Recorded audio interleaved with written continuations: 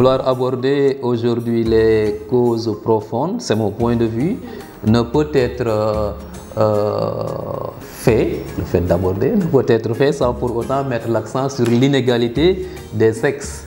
L'inégalité des sexes. Quand, par exemple, il y a un dysfonctionnement, il n'y a pas une proportion égale dans la façon où on traite l'homme et la femme.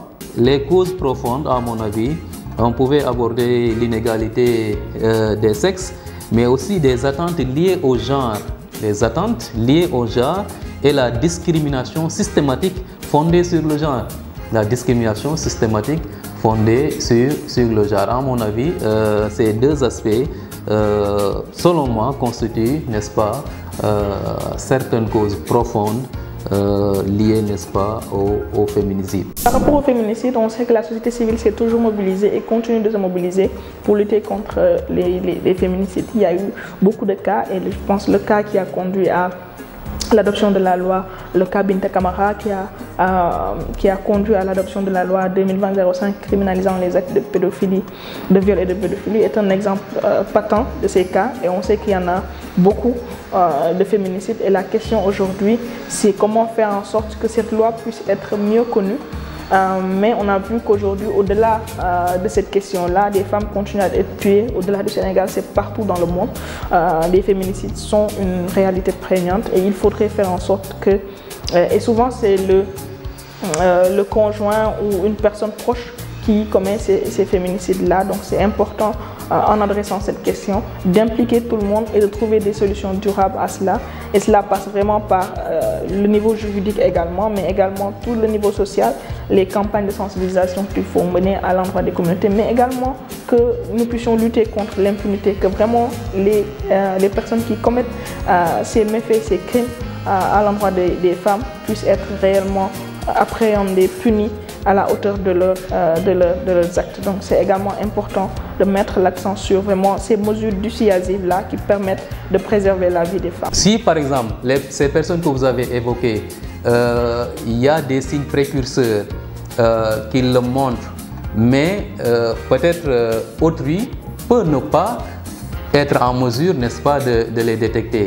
C'est à ce niveau-là que l'observation véritablement jouera son rôle pour pouvoir savoir véritablement que cette personne-là, il y a des signes de danger qu'il développe en lui. Et si, n'est-ce pas, une réaction prompte, une réaction efficace, rapide n'est pas faite, n'est-ce pas, cette personne-là peut véritablement réaliser son vœu. Autre aspect qu'il faut évoquer, c'est généralement ces personnes-là, lorsqu'ils agissent de manière très sociable.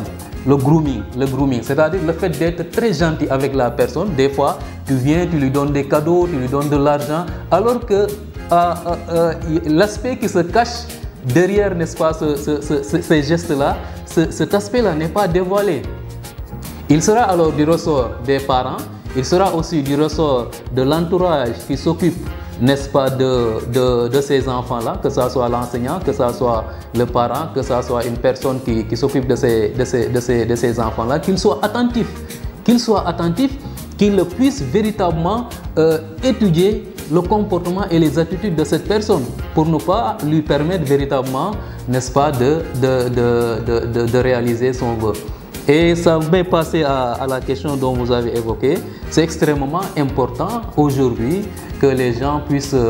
les gens le font certes, parce que la prise en charge de ces personnes-là, si vous allez au niveau de CEPIAD, il y a les addictifs, les personnes addictives, n'est-ce pas, qui sont très bien prises, n'est-ce pas, en charge.